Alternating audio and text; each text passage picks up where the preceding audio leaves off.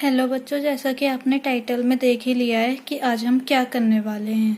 तो बिना किसी रुकावट के हम अपनी वीडियो स्टार्ट करते हैं। आज हम देखेंगे एक्सरसाइज 4.1 का फोर्थ क्वेश्चन, क्योंकि थर्ड क्वेश्चन तक हम कंप्लीट कर चुके हैं 1 2 3 एंड फोर्थ क्वेश्चन आज हम देखेंगे। 4 से स्टार्ट करेंगे, देन आज हम अपनी सारी एक्सरसाइज कंप्लीट कर देंगे। तो यहाँ पे क्या है, हमें इक्वेशंस लिखनी है। स्टेटमेंट हमें गिवन है, इक्वेशन लिख दो। तो पहले वाले का स्टार्ट करते हैं। वो हमसे क्या कह रहा है, the sum of numbers x क्या है, सम करना है, मतलब x प्लस 4 इज 9। ठीक है, सम ऑफ नंबर मतलब x एंड 4, x प्लस 4 क्या आएगा हमारे पास, 9 आएगा। तो हम कैसे लिखेंगे इसे, x प्लस 4 इक्वल्स टू में 9 हमारा क्या आ गया, फर्स्ट वाले का इक्वेशन आ गया। अब सेकंड वाला हमसे क्या कह रहा है, 2 सब्ट्रैक्टेड फ्रॉम y इज 8। ठीक है, 2 सब्ट्रैक्टेड फ्रॉम y, तो फ्रॉम वाला पहले आता है ना, फ्रॉम वाला पहले आता है, तो y माइनस 2 इक्वल्स टू में 8। ठीक है, अब आते हैं थर्ड वाले पे। तो वो हमसे क्या कह रहा है, 10 टाइम्स a इज 70। क्या कह रहा है, 10 टाइम्स a, तो 10 टाइम्स a इक्वल्स टू में 70। अब आते हैं फोर्थ वाले पे। तो वो क्या कह रहे हैं, the number b divided by 5। अगर एक b नंबर को हम डिवाइड करें 5 से तो हमें क्या मिलेगा, 6 मिलेगा।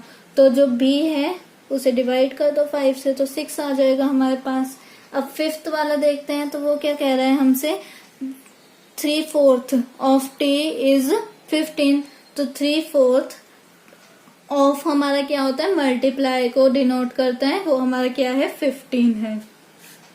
अब सिक्स्थ देखते हैं। तो वो क्या कह रहे हैं, 7 times m plus 7 you get you 77। ठीक है, तो 7 times m plus 7 equals to में 77। ठीक है, ये हो गया। अब हमारा सेवंथ देखते हैं। तो वो हमसे क्या कह रहा है, if you take away 6 from 6 times y you get 60।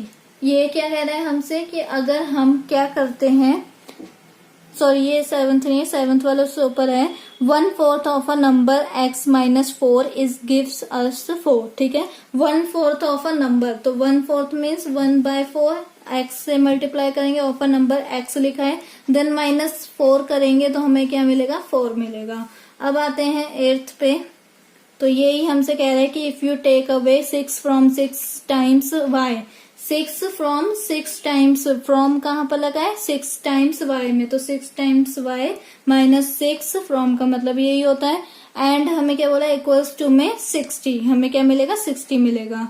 अब आते हैं, सेवंथ हो गया, 9th देखते हैं, सॉरी 8th, 7th 8th दोनों हो गया, 9th देखते हैं। If you add 3 to 1/3 of z, हमें क्या करना है, 3 में ऐड करना है 1/3 ऑफ z का। ऑफ क्या करता है हमारे पास, मल्टीप्लाई को लेके आता है, देन यू गेट 30। ठीक है, बना ली। कोई मुश्किल है ये इक्वेशंस बनाना, नहीं है कोई, इतनी भी मुश्किल नहीं है जितनी आप सोचते हो। अब ये देखते हैं कि एक इक्वेशन से कैसे हम अपनी क्या बना सकते हैं, स्टेटमेंट बना सकते हैं। तो फिफ्थ वाला क्वेश्चन लेते हैं। फर्स्ट पार्ट क्या कह रहा है हमसे कि p प्लस 4 इक्वल्स टू में 15। देखो, the sum of number x plus 4 is 15। ठीक है, या p प्लस 4 लिखा हुआ है यहाँ पे। तो द सम ऑफ नंबर्स, कौन कौन से नंबर्स, p एंड 4, हमें क्या मिलेगा, 15। अब सेकंड वाले पे आते हैं। तो वो क्या कह रहा है, m - 7 इक्वल्स टू में 3। तो फ्रॉम वाला लगेगा, सब्ट्रैक्ट कर सकते हैं कि 7 में से जब हम सब्ट्रैक्ट करेंगे किसे, फ्रॉम m को, तो m पहले आएगा एंड 7 बाद में आ जाएगा। फ्रॉम के बाद जो होता है वो पहले आता है, इज 3। ठीक है, अब थर्ड वाले पे आते हैं। तो 2 टाइम्स m इक्वल्स टू में क्या मिलेगा हमें, 7। तो twice of number m is 7। अब आते हैं फोर्थ वाले पे। तो क्या कह रहा है, m को डिवाइड करो 5 से तो आंसर आएगा 3। तो हम क्या लिखेंगे यहाँ पे, द नंबर, क्या नंबर है हमारे पास, m डिवाइडेड बाय 5 इज 3 या गिव्स अस 3, ठीक है। देन फिफ्थ वाले पे आते हैं तो वो क्या कर रहा है, 3 times m divided by 5 equals to में 6, ठीक है। हम जैसे बोलते हैं ना वैसे ही हमें लिखना है, ठीक है। जब मैंने आपको क्या बोला, इक्वेशन पढ़ के सुनाई, ये तो मैंने अब इक्वेशन पढ़ते पढ़ते ही क्या हो गया, मेरी स्टेटमेंट बन गई है, ठीक है। हम क्या लिखेंगे, या तो ये भी लिख सकते हैं 3/4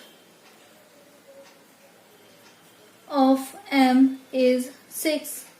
अब आते हैं सिक्स्थ पे, तो 3 times p plus 4 equals to में 25, ठीक है। तो 3 times p plus 4 gives us या u 25, ठीक है। अब आते हैं सेवंथ पे, तो क्या कर रहे हैं, 4 टाइम्स p, सब हम क्या लिखेंगे, 2 subtracted by 4 times p equals to में 18, ठीक है। तो क्या लिखेंगे हम, इधर कौन सा पार्ट है हमारे पास, सेवंथ पार्ट है, तो उधर हम क्या लिखेंगे, 4 times p minus 2 give us कितना दे रहा है, 18, ठीक है। अब आते हैं एट्थ पे, तो वो हमसे क्या कह रहा है कि p अब divided by 2 plus 2 equals to में क्या दे रहा है, 18, ठीक है। तो हम यहाँ पे क्या लिखेंगे, if we add half of a number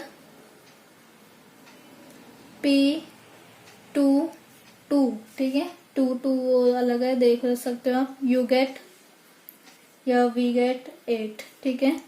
ये हमारे क्या हो गए, 8 पार्ट हो गए हैं जिसमें हमने स्टेटमेंट बना रही थी। कुछ भी नहीं है, हमने बस ऐसे ही क्या कर रखा है, एक वहम सा ला रखा है कि हमसे नहीं बनेगी, लेकिन बहुत ही ज्यादा इजी होती हैं ये स्टेटमेंट्स एंड स्टेटमेंट्स का दोबारा वापस उनका क्या बनानी, इक्वेशंस बनानी। अब ये क्या है, setup equations in the following case. अब ये हमें क्या दे दिया, रियल लाइफ से रिलेटेड हमें क्वेश्चंस दिए हैं और उन्हें इक्वेशंस में बनाना है। तो सिक्स्थ का फर्स्ट देखते हैं, वो हमसे क्या कह रहा है, Irfan says that he has 7 marbles more than 5 times the marbles Parmeet has, ठीक है।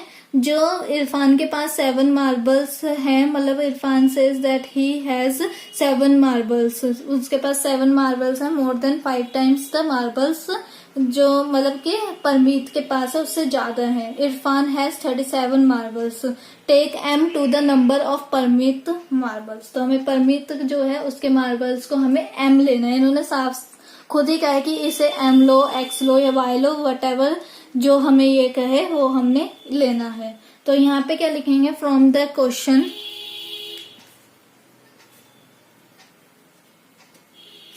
इट इज गिवन दैट,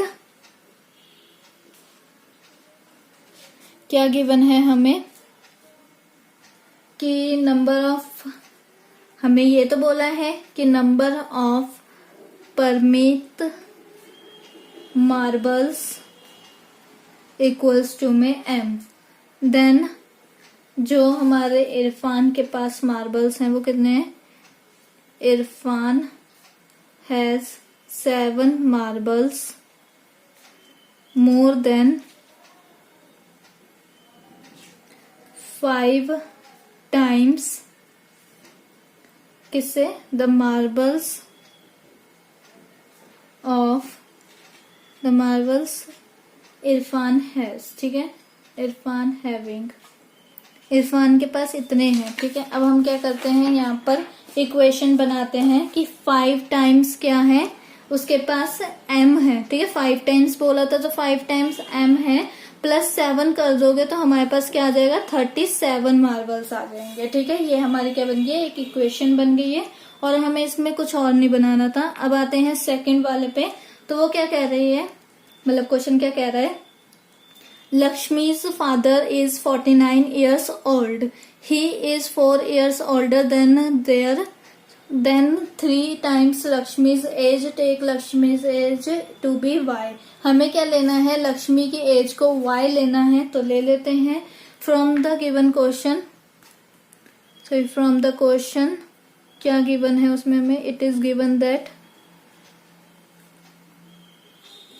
कि हमें लक्ष्मी की एज को, जो लक्ष्मी है उसकी एज को क्या लेना है, y लेना है। ठीक है, अब हमें क्या करना है, देन क्या बोला है कि जो लक्ष्मी के फादर की एज है, Lakshmi's father is 4 years older than 3 times, ऐसे लिख देती हूँ, 3